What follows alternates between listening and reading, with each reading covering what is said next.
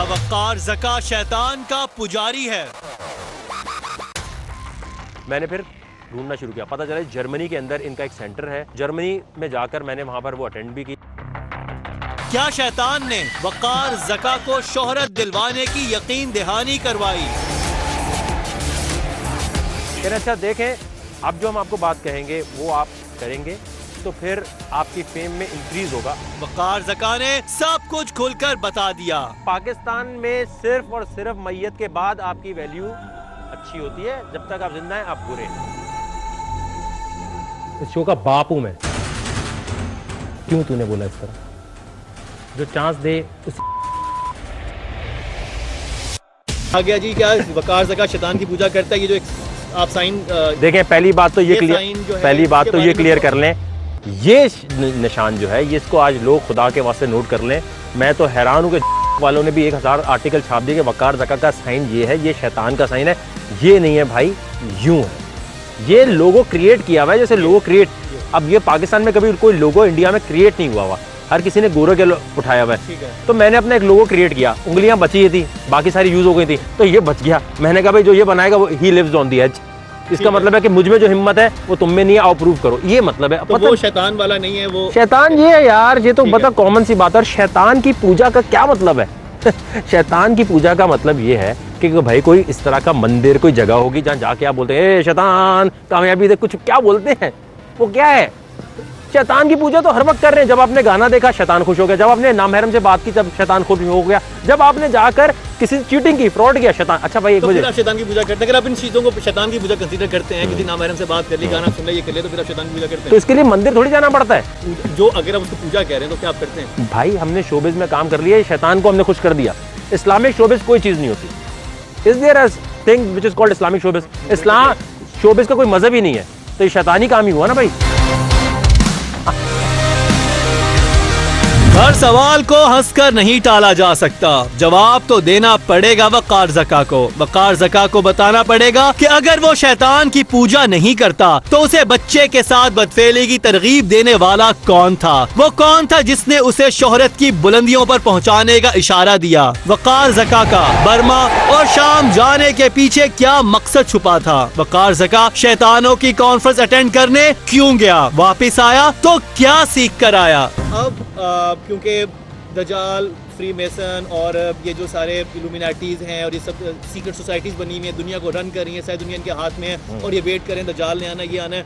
ये मैंने बहुत बचपन सुना। और जब मैं टीनेजर था, और बहुत सारे टीनेजर्स जब आप यंग होते हैं स्पेशली आप चीज़ों के बारे में बहुत क्यूरियस होते हैं। आपने कहा कि आपने इनकी कॉन्फ्रेंस भी अटेंड की हुई, आप भी क्यूरियस है कि आप वाकई फिर आप इस चक्कर में थे, या आप फ्री मेसन बनना चाहते थे, या आप इस टाइप की चीज़ बनना चाहते थे? क्या था? आप क्यों क्यूरियस थे? क्या आप इस चीज़ आप बनने के लिए उन सब चीज़ों के पीछे गए? अच्छा देखिए, मैं आपको बिल्कुल एक सच्ची अपनी चीज़ बता रहा हूँ। 2004 में जब मैंने ज्वाइन किया था अपना चैनल और नॉर्मल ऑडिशन देकर गया था, तो और ये बिल्कुल सच्ची चीज़ है, कोई फैब्रिकेटेड चीज़ नहीं है। किसी ने माने ना माने। मेरे पास उन दिनों में मैं नॉर्मल शो करता था। एक पहला शो मेरा था क्रोमा बेस्ड, बात होती थी टॉप 10 है, ये गाना वो गाना, नूरी के गाने आ रहे हैं, ईपी के गाने आ रहे हैं। उन्हीं दिनों में एक कैंटीन थी और उस कैंटीन पे मुझे एक साहब मिले, बिल्कुल नॉर्मल थे। उन्होंने मुझे बोला यार आप बहुत अच्छा काम कर रहे हैं, आप बहुत अच्छा कर रहे हैं, ये बताएं अगर आप मशहूर हो जाएंगे तो क्या करेंगे?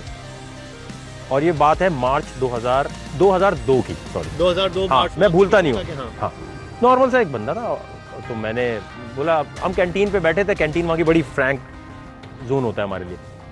मैंने कहा भाई जो सब मशहूर होना चाहते हैं वैसे मैं भी होना चाहता हूँ, बताएं कैसे होंगे? तो उन्होंने अच्छा आप मशहूर हो जाएंगे। उसने बोला आप मशहूर हो जाएंगे। मैंने कहा ठीक है। कहना जब हो जाएंगे तो फिर मैं आपसे मिलूंगा, और ये कोई आपसे मैं अपनी तरफ से नहीं बना रहा स्टोरी। और नाम हम बताया उन्होंने अपना? नहीं, मैंने पूछा नहीं, ऐसे रैंडम बैठे होते ना। अच्छा। रैंडम बस बात ही, मैं समझा वहीं काम करता है, क्रू में होगा। 2005-06 के अंदर मेरे पास कैंटीन में आप यकीन माने वही साहब मिले। उसने मुझे बोला अब आपको फेम मिल गई है। मैंने कहा हाँ। मैंने कहा आप किस डिपार्टमेंट में होते हैं? उसने यहीं तो नहीं। मैंने कहा आप किस डिपार्टमेंट में होते हैं? मैंने कहा मैं सबको बताऊंगा यार, आपने मेरे लिए दुआ की थी। मैंने सोचा, तो उसने मुझे बोला कि बात दुआ की नहीं है, आपने मुझसे बोला था आपको फेम मिलेगी तो आप मेरी बात मानेंगे। मैंने कहा मैं आपकी क्या बात मानूँ?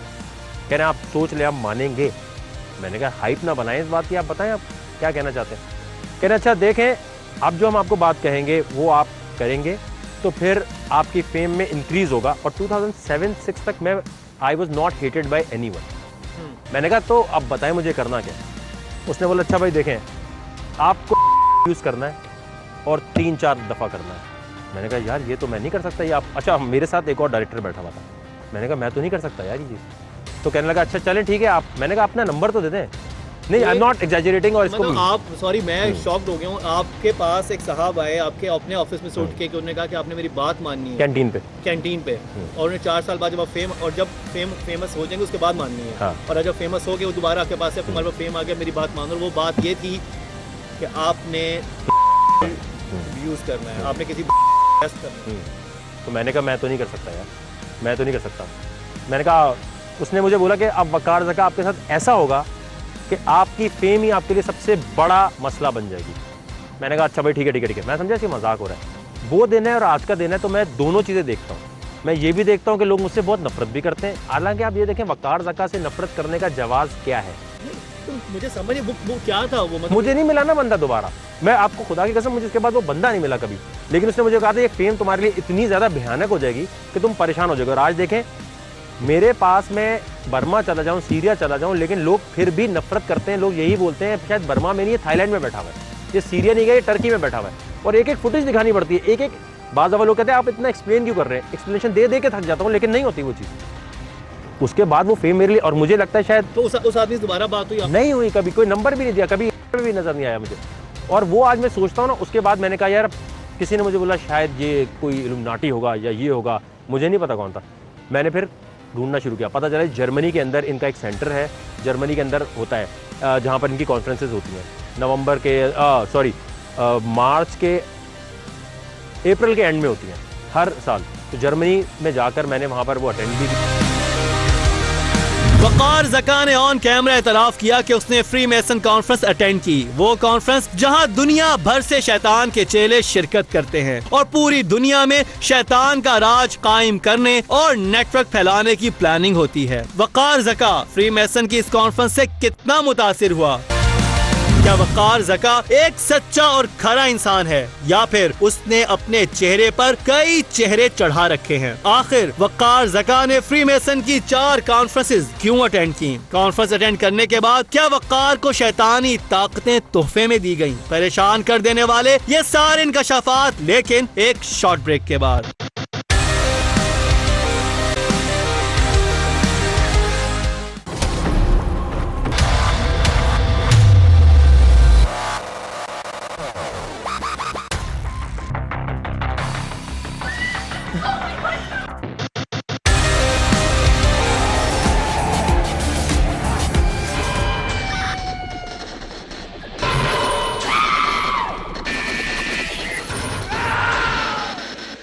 अच्छा, आप फ्री मेसन्स इल्यूमिनाटीज की कॉन्फ्रेंस है उसमें आप गए? हाँ, लेकिन वो कोई इतनी बड़ी चीज़ नहीं है। वो था क्या, हो क्या रहा था? देखें, कुछ भी नहीं था। बैठ के एक बकवास सी बात हो रही थी, कमर्शलाइज एक चीज़ करने की बात हो रही होती है कि जी हम आपको सक्सेस भी देंगे, हम ये भी देंगे, ये भी देंगे। लेकिन ये सब बकवास बात है। कहीं भी इल्यूमिनाटीज और ऐसी बात होती है तो इसमें फेक, जैसे यहाँ पर आलिम बैठे हुए ना जो फेक जादू का क्लेम करते हैं, तो वही चीज़ वहाँ हो रही थी। और कोई भी कहने लगे जी इसकी। अच्छा, कौन लोग आए हुए थे? फेमस लोग आए हुए थे, बहुत रिच लोग आए हुए थे, क्या था? बस वो लोग थे जिनका, देखें, एक होता है एथियस्ट होता है। देखें, इंसान की फितरत है कि हम किसी के आगे झुकना चाहते हैं, एक नेचर है। चाहे तो आप फैन बनते हैं किसी के या इंस्पायर हो जाते हैं, आप उसके लफ्ज़ दूसरा कर सकते हैं, मैं फैन हूँ, इंस्पायर्ड हूँ, लेकिन अंदर से आप जब आप पहली दफा गए, आप पे क्या इंप्रेशन क्या पड़ा? आपको पता कुछ भी नहीं, ऐसे बस कॉन्फ्रेंस ही नॉर्मल। वो जो अब इंटरनेट पे देखूं तो ये होता है कि भाई फ्री मेसन जो हैं, जो इल्यूमिनाटीज हैं, वो तो दुनिया कंट्रोल कर रहे हैं। नहीं, वो एक क्लास ऐसा है, कुछ भी नहीं है, ऐसा कुछ भी नहीं। वो जो कॉन्फ्रेंस बेसिकली वहाँ के फेक आलिम थे, फेक आलिम थे। और मैं आज तक इसकी सर्च में हूँ। देखें, अगर मुझे मिल जाएगी तो सबसे पहले फुटेज तो मैं डालूंगा ना, सबसे पहले तो मैं रिकॉर्ड करके लोगों को दिखाऊंगा। देखो, फुटेज क्यों नहीं बनाई? आप जर्मनी के बनाई है, वो डाली हुई है, फेसबुक पे बहुत जा रहा है, लेकिन वो कोई ऐसी चीज़ नहीं है, इतनी फैसिनेटिंग चीज़ नहीं लगेगी आपको। क्या कहते हैं? कुछ नहीं, बात वो बता रहे होते हैं, देखें हम ये करेंगे, हम न्यू वर्ल्ड ऑर्डर लेकर आएंगे। हमने अच्छा भाई कैसे? अब मैं तो पूछता हूँ कि भाई कैसे लाओगे, कामयाबी कैसे मिलेगी? वहाँ पर एक बंदे ने बड़ी ज़बरदस्त बात बोली, कहने लगे आप मुस्लिम है? मैंने जी मैं मुस्लिम हूँ अल्हम्दुलिल्लाह। उसने मुझे बताना मुझे शुरू किया। उसने कहा मुझे ये बताएं आप कि जब आप डांस करते हैं तो आपके मज़हब में तो मना है, ये अलाउ है? मैंने कहा मना है। तो कहने लगे जब मना है, जब गाना गाते हैं वो भी मना है, डांस करते हैं वो भी मना है। अगर आप ड्रामा बना रहे हैं जिसमें नामहरम, उसका मतलब ये था कि इसका इंटरेक्शन, ये मैं अपनी तरफ से नामहरम बता रहा हूँ, उसे नहीं बताता, उसने आप में तो इंटरेक्शन मना है ना इस तरह। तो फिर जब आप ये मना है और जब ये काम करते हैं तो इसकी कामयाबी आपको कौन दे रहा है? आप ईमेल कर रहे हैं, ईमेल तो वापस आ जानी चाहिए अल्लाह की तरफ से। भाई एक दुआ मांगी, आप ये तो नहीं कह सकते अल्लाह ताला आज मैं पीऊंगा तो मुझे मिल जाए, ये हो सकता है? बाय बुक नहीं है ये, ठीक है। तो ये जब वो कबूल नहीं कर रहा तो कौन कबूल कर रहा है?